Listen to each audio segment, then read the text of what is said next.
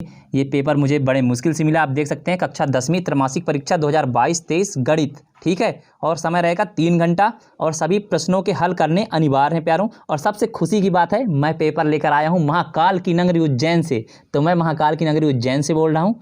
तो ठीक है, आगे हम बढ़ते हैं। और आपको मैं इतना तो बता ही दूंगा, अगर आप गणित में बिल्कुल जीरो हैं, लेकिन मैं आपको पास करने के लिए इतना चीज़ तो बिल्कुल बता दूंगा कि बिना गणित पढ़े ही आपको सही जोड़ी टिक लगाना और ये सब करने में आप पास हो जाएंगे। तो चलिए शुरू करते हैं फटाफट। बोलिए एक बार जय महाकाल। तो हम आ जाते हैं विकल्प की ओर। तो पहले में है संख्याओं 4 और 9 का महत्तम समापवर्तक HCF क्या होगा।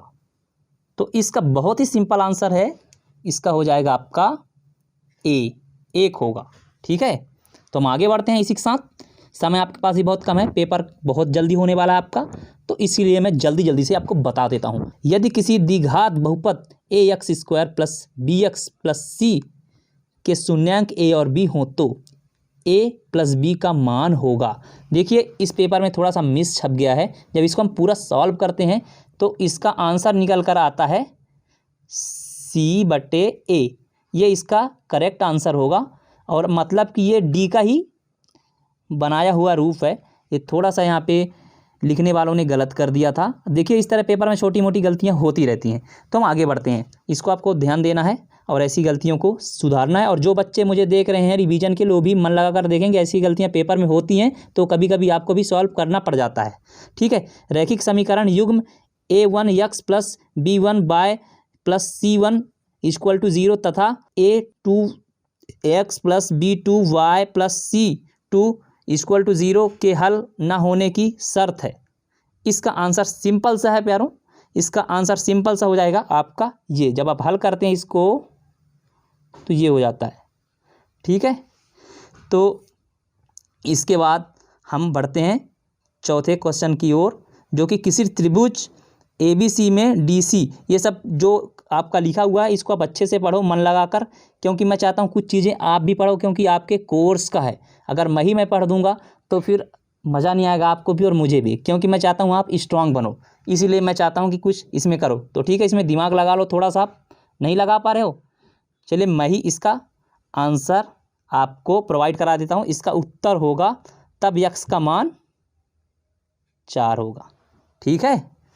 तो हम बढ़ते हैं अब हम दूसरे प्रश्न की ओर। ये भी ऑब्जेक्टिव टाइप ही है, कहने का मतलब विकल्प हो सकता है, रिक्त स्थान हो सकता है, सही जोड़ी हो सकती है, सत्य हो सकती है। तो चलिए आगे बढ़ते हैं फटाफट। एक बार फिर बोले जय महाकाल। आपका कल पास होने का चांस 100% क्लियर है। तो हम प्रश्न 2 की ओर बढ़ते हैं, रिक्त स्थान की ओर। तो प्यारों इसमें रिक्त स्थान की पूर्ति करना है। भाज्य बराबर क्या होता है प्यारों, आप बताओ। अगर आपको नहीं बन रहा तो कोई बात नहीं, आपका एक गुरु जी हैं महाकाल की नगरी से, ये आपको बताएंगे। इसका होता है भाज्य बराबर भाजक गुणे भागफल प्लस शेषफल। ये देखो मैंने यहाँ पे लिख दिया भाजक, ठीक है। घात 2 के किसी बहुपद के अधिकतम बिंदी शून्यांक हो सकते हैं। इसमें क्या होगा प्यारों, 2, अधिकतम 2 शून्यांक हो सकते हैं। यहाँ पे आपको फिल करना है 2, ठीक है। और द्विघात समीकरण ax² + bx + c = 0 के विविधकर का सूत्र है d बराबर क्या होगा इसमें आपका होगा b² - 4ac। जब इसको हम सॉल्व करते हैं तो यही उत्तर आता है। आपके पास समय बहुत कम है, कल के ही लिए आप देख रहे हैं, इसलिए मैं इसमें सॉल्व नहीं करूंगा। आप इसको देख लीजिए और दिमाग में बैठा लीजिए। और इसके बाद बढ़ते हैं हम चौथे की ओर। समांतर श्रेणी a + b a + 3d बिंदी का यनमा पद सॉल्व करते हैं तो यनमा पद इसका आता है a + ab। ध्यान में देना है, यनमा पद होगा यहाँ पे a + ab, ठीक है प्यारों। तो अब हम बढ़ते हैं अपने अगले ऑब्जेक्टिव क्वेश्चन की ओर। आपको बहुत ही रोमांचक लग रहा होगा, क्योंकि ये महाकाल की नगरी से हम आपको डायरेक्ट पढ़ा रहे हैं। और आई होप आपको अच्छा लगेगा। अच्छा लगे तो सब्सक्राइब कर लो, क्योंकि मैं लगातार आपको सरलतम रूप से पढ़ाता रहूँगा। तो प्यारों हम महाकाल की आशीर्वाद से तीसरे प्रश्न पर पहुंचते हैं। और तीसरे प्रश्न में सीधे बोलता है सही जोड़ी बनाइए। तो देख लीजिए सही जोड़ी इसका बनाना है आप सभी को। और मैंने आपके सरल करने के लिए, सरलीकरण करने के लिए मैंने पहले से ही सही जोड़ी बना दिया है, ताकि आप देख लो और जोड़ी बना लो। क्योंकि मैं ज़्यादा एक्सप्लेन करूँगा तो आप लोग भी परेशान हो जाएंगे। तो कल का पेपर यही है, दिल लगाकर मन लगाकर पढ़ लो, पैटर्न समझ लो, यहाँ से कुछ बाहर नहीं आने वाला। लेकिन इतना बता दूंगा आप पास हो जाओगे। और मैं पूरे पेपर को अभी आपको बताता हूँ क्या क्या आने वाला है। तो जय महाकाल बोलिए, महाकाल की नगरी से आपको पढ़ाया जा रहा है। इसके साथ आपको सही जोड़ी हो जाता है। मैंने आपको विकल्प करा दिया, रिक्त स्थान करा दिए, और अब आपको हम एक शब्द में उत्तर जो पूछा जाता है हर साल की तरह, तो इस साल भी पूछा जा रहा है, वो भी हम बताए दे रहे हैं। तो चौथा क्वेश्चन साफ साफ पूछ रहा है कि एक वाक्य में उत्तर देना है। देखिए ये भी बहुत सरल रहता है, तो आपको एक वाक्य में उत्तर देना है। तो हम बढ़ते हैं, एक वाक्य में उत्तर दीजिए की ओर। देखिए मैंने इसका सभी का उत्तर बहुत अच्छे तरीके से मैं साइड में लिख दिया हूँ, ताकि आपको कम समस्या हो। पेन का इस्तेमाल इसलिए कम कर रहा हूँ ताकि आपको पढ़ने में दिक्कत ना हो। तो इसमें एक शब्द में उत्तर देना है, और ये भी गणित का बहुत ही सरल चीज़ होता है, ताकि आप लोग पासिंग मार्क ला सको। तो ठीक है, तो चलिए पढ़ते हैं। टिकरी घात बहुपद के कितने अधिकतम शून्यंक हो सकते हैं? कितने हो सकते हैं पता है? ये देखो मैंने दिखा रहा हूँ, इसका 3 होगा। इसका राइट आंसर है 3। इसका क्या होगा? राइट आंसर 3 हो सकते हैं। ठीक है, और इधर लिखा 1 से 5 तक की संख्याओं का समांतर मध्य होगा। क्या होगा? इसका भी समांतर मध्य 3 ही होता है। ठीक है प्यारो, और फिर हम बढ़ते हैं तीसरे की ओर। जिसका कोई हल ना हो उसका समीकरण निकाय को क्या कहा जाता है? तो इसको क्या कहा जाता है? संगत। क्या कहा जाता है प्यारो? संगत कहा जाता है। संख्या 3 और 7 का महत्तम समापवर्तक होता है, यानी कि 1। ठीक है प्यारो, निश्चित घटना की प्रक्रिया सदैव होती है। क्या होती है? सदैव 1 होती है। देखो साइड मैंने लिख दिया है। अब हम बढ़ते हैं छठवें की ओर। एक अर्धवृत्त को उसके व्यास के परिता घुमाया जाता है, तो उससे बने ठोस को कहेंगे, क्या कहेंगे? तो बहुत सरल यार, गोला। ठीक है, और जब किसी समीकरण का आलेख एक सरल लिखा हो तो उसे कहते हैं रैखिक समीकरण। क्या बोलते हैं प्यारों? रैखिक समीकरण। तो इतना मन में बैठा लो, ये सब बैठा लोगे तो कल आपका कल्याण हो जाएगा। एक बार फिर से बोलिए जय महाकाल। और हम फिर से आगे बढ़ते हैं अपने 5वें क्वेश्चन की ओर, और मैं पूरा क्वेश्चन इसी में बता दूंगा, आप देख लो। तो चौथा भी मैंने करवा दिया है। अब हम बढ़ते हैं 5वें की ओर, और जल्दी जल्दी से हम पेपर को समझ लेते हैं। पेपर में क्या क्या आने वाला है वो चीज़ आप समझ लोगे तो आपके लिए और सरलता होगी। तो 5वां क्वेश्चन भी आला रे आला ही है, महाकाल आला रही है, क्योंकि सत्य असत्य लिखिए। ये तो आपके लिए बहुत ही खुशखबरी की बात है कि आपको सत्य असत्य लिखने में भी बहुत बढ़िया नंबर मिल जाएंगे। तो इसमें किसी भी समकोण त्रिभुज के कारण भुजा सदैव बड़ी होती है। क्या है ये? यह जो है तो आपका सत्य है। तो पहला क्या है आपका? पहला आपका सत्य है। ठीक है, तो इसके बाद हम बढ़ते हैं दूसरे की ओर। समरूप वृत्त की परिमाप हमेशा बराबर होती है? बिल्कुल नहीं होती है, ये असत्य है। ठीक है, और सूत्र के द्वारा केंद्रीय आँखों के परिकलन में वर्ग अंतराल का सतत होना अनिवार्य है। बिल्कुल अनिवार्य है प्यारों, इसको आप सत्य लगा लो, ये सत्य है। ठीक है, किसी भी वृत्त के केंद्र से जीवा पर डाला गया लंब जीवा को समान भागों में विभाजित करता है। ये भी एब्सोल्युटली राइट है प्यारों। जय महाकाल बोलो और पढ़ते जाओ लगातार। संख्या 5 और 7 का समांतर मध्य 6 है। बिल्कुल ये भी सत्य है प्यारों। ठीक है, दिमाग में बैठा लेना है, कल पेपर में लिख कर आना है। द्विघात बहुपद में एक शून्यंक ही हो सकता है?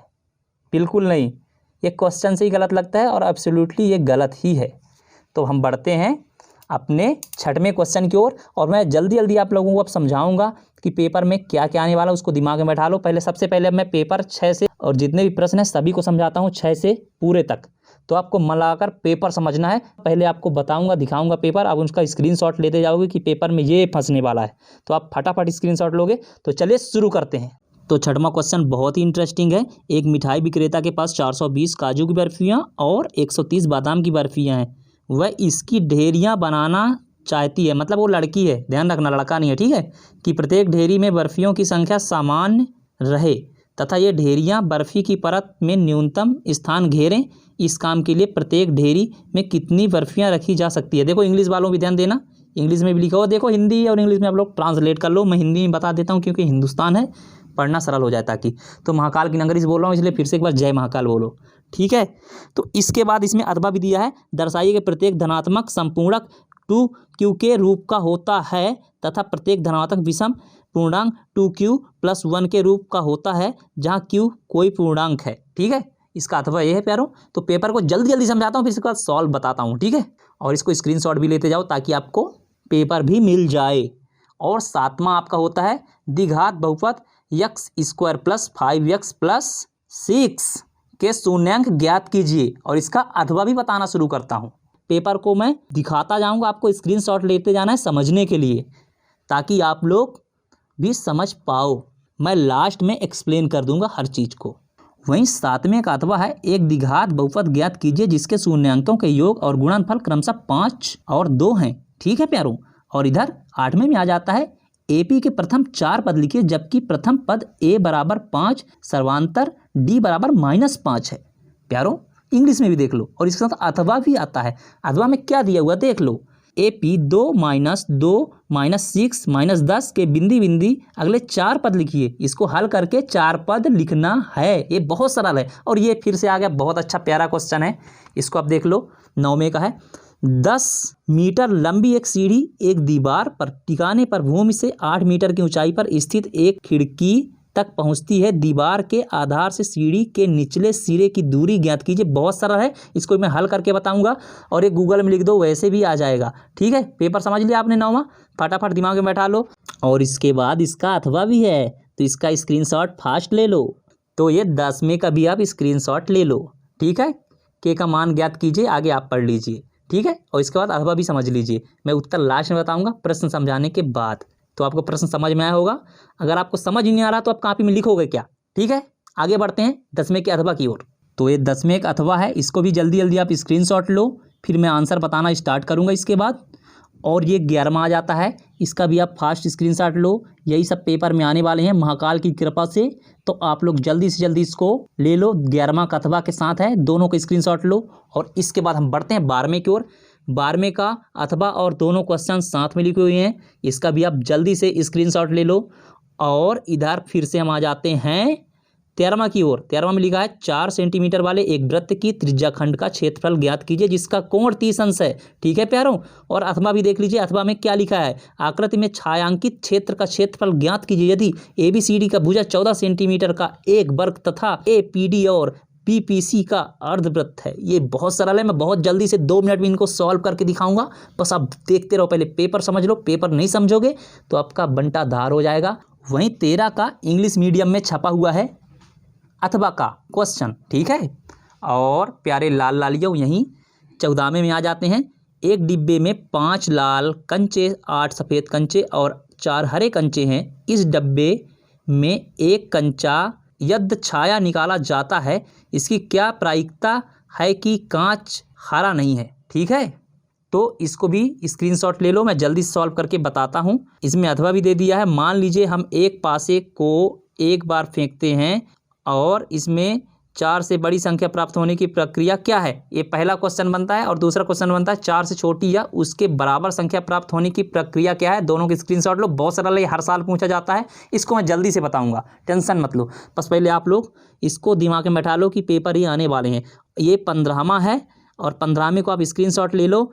16वें क्वेश्चन का स्क्रीनशॉट लो, और इसका अथवा भी दिया हुआ है, और मैं नहीं बोलूँगा। और 17वें की ओर बढ़ जाऊँगा, इसको भी आप स्क्रीनशॉट ले लो ताकि समय कम लगे और आप जल्दी से लिख लो। आपका मैं टाइम बर्बाद नहीं करना चाहता, क्योंकि आपका कल पेपर है। स्क्रीनशॉट ले लो 17वें और 18वें का, और 18वें में अथवा भी बताता हूँ। ये हर साल पूछे जाते हैं प्यारो। और देख लो, ये इतने सरल क्वेश्चंस हैं कि आप लोग दिमाग में आसानी से बैठा सकते हो, और मैं इनको 5 मिनट में आपको सॉल्व करके दे दूंगा, डोंट वरी।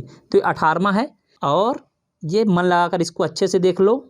और इसका अथवा भी मैं दिखाता हूँ 18वें का, स्क्रीनशॉट फटाफट लो। 18वें के अथवा का भी आप स्क्रीनशॉट ले लीजिए। मैंने पूरा स्क्रीन कर दिया है ताकि आपको देखने में सरलता हो। ठीक है, और बढ़ेंगे हम 19वां की ओर। इसको थोड़ा सा पढ़ देता हूं मैं। सिद्ध कीजिए कि वृत्त किसी बिंदु पर स्पर्श रेखा स्पर्श बिंदु से जाने वाली त्रिज्या पर लंब होती है। ठीक है, इसमें अथवा एक बिंदु ए से जो वृत्त के केंद्र से 5 सेंटीमीटर दूरी पर है, वृत्त पर स्पर्श रेखा की लंबाई 4 सेंटीमीटर है। वृत्त की त्रिज्या ज्ञात कीजिए। ये बहुत सरल है प्यारों। और इसको आप लोग दिमाग में बैठा लोगे, मैं थोड़ी देर बाद बताऊंगा तो, ठीक है। और रैखिक समीकरण युग्म, इसको देख लीजिए, इसको जो है तो प्रतिस्थापन विधि से हल करना है। ये तो बहुत सारा यार, इसको बहुत आसानी से 2 मिनट में यूं हल करके हम दिखाते हैं। बस आप इसको दिमाग में बैठा लो कि ये भी पेपर आने वाला है, और स्क्रीनशॉट ले लो महाकाल की कृपा से। और हम बढ़ते हैं अगले क्वेश्चन की ओर। यही है 20 का अथवा है प्यारों, ठीक है। पी के किन मानों के लिए निम्न समीकरण के युग्म का एक अद्वितीय हल है। ये बहुत सरल है, इसको भी आपको मैं हल करके बताता हूँ। बस आप पहले पेपर को दिमाग में बैठाओ और स्क्रीनशॉट ले लो पेपर का, ताकि आप कहीं से भी जल्दी जल्दी इसका उत्तर ले सको और मुझसे भी अच्छा उत्तर ले सको वो गूगल बाबा से, ठीक है। तो हम 21वें की ओर बढ़ते हैं और इसका भी फटाफट आप स्क्रीनशॉट ले लो। मैं नहीं बोलूँगा, क्योंकि बार बार बोलता हूँ तो आपका भी दिमाग भंग होता है, क्योंकि पेपर आपका कल है, स्क्रीनशॉट लेने का जमाना है। स्क्रीनशॉट फटाफट लो। और आगे भी सभी विषय का मुझे प्रश्न उत्तर बताना है आपको, तो वो भी आपको सुनना होगा सब्सक्राइब करने के साथ साथ महाकाल की कृपा से। तो आप 22 का भी स्क्रीनशॉट ले लीजिए और हम अब बढ़ते हैं अगले क्वेश्चन की ओर, ठीक है प्यारों। हर साल की तरह देख लीजिए, सारणी भी दिखाया गया है, सारणी का भी आप स्क्रीनशॉट ले लीजिए। इसको हल करना भी मैं सिखाता हूँ आपको जल्दी से जल्दी। और एक चीज़ और लास्ट में बताना चाहता हूँ प्यारों, मैं अपने से एक चीज़ ऐड करना चाहता हूँ। PA बराबर PT स्क्वायर वाला जो क्वेश्चन है वो हर साल आता है, उसको ज़रूर आप दिमाग में बैठा लो। अगर इसमें नहीं छपा है, मिस भी हो गया है, तब भी आपको दिमाग में बैठाना है।